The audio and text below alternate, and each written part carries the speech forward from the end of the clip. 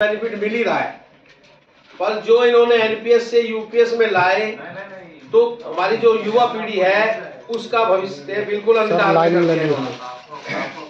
तो विशेषकर मैं जो कुछ कहूँगा, दो चार बातें वो युवा पीढ़ी ज्यादा ध्यान दे और अपने सभी साथियों को समझाए।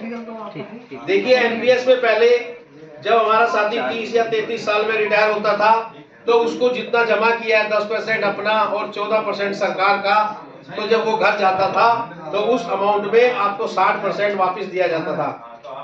लेकिन यूपीएस में इन्होंने क्या किया, दोनों यूनियन ने जाके उस आपके 60% पैसे को 10% करा दिया। अब इसकी छोटी सी कैलकुलेशन है, अगर एक व्यक्ति 1800 ग्रेड पे वाला जमा करता है 10% पैसा, तो एक महीने में 1800 रुपए जमा किया और यूपीएस के अनुसार 18.5% सरकार का, तो दोनों मिला के 5138 रुपए बनते हैं।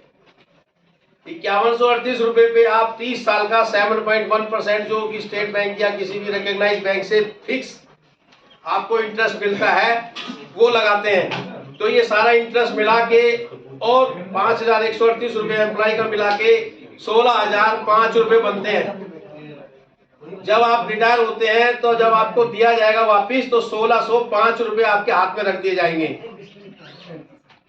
तो 16,005 का 10% 1605 रुपए बनता है।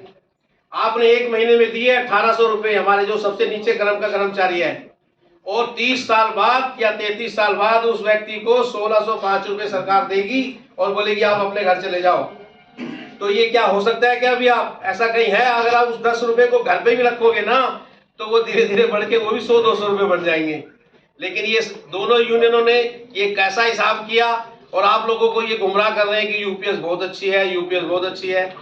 भाई साहब, अब जब आप घर जाओगे उस समय आपको मकान बनाना होगा, आपके बच्चे की शादी करनी होगी, आपको बहुत काम होंगे, आपकी अपनी जरूरतें उस समय बड़ी होंगी, तो उसका कैसे पूरा पड़ेगा? तो ये सिवाय धोखे के, अपना फायदा लेने के अलावा ये दोनों यूनियंस और फेडरेशन कुछ नहीं करती। इसी प्रकार पे कमीशन की कोई बात नहीं करते ये लोग, जबकि 7th पे कमीशन में लिखा हुआ है कि हर 3 साल बाद आपकी सैलरी रिव्यू की जाएगी। आप उसमें पढ़ के देख लीजिए, जैसे बैंक की सैलरी बढ़ती है हर 3 साल बाद, ऐसे हमारी भी बढ़नी चाहिए थी। लेकिन इन दोनों फेडरेशन ने पिछले 9 साल में एक बार भी ये बात उठाई नहीं कि हमारी सैलरी रिव्यू क्यों नहीं करते आप लोग। अभी तक पे कमीशन बैठाया नहीं। अभी ये गए चाय पीने मोदी जी के पास, तो वहां बोल तो सकते थे कि चलो यूपीएस के बारे में हम सोच के बाद में बताएंगे, परंतु हमारे पे कमीशन के बारे में आपका क्या कहना है? क्योंकि ये जितने भी लोग बैठे हैं इन दोनों फेडरेशन में सब रिटायरमेंट वाले लोग बैठे हैं। उनको ना पे कमीशन से मतलब है, ना आपके आगे भविष्य से मतलब है, क्योंकि उतने साल वो जिएंगे नहीं। इनकी तो 82-80 साल उम्र हो रही है।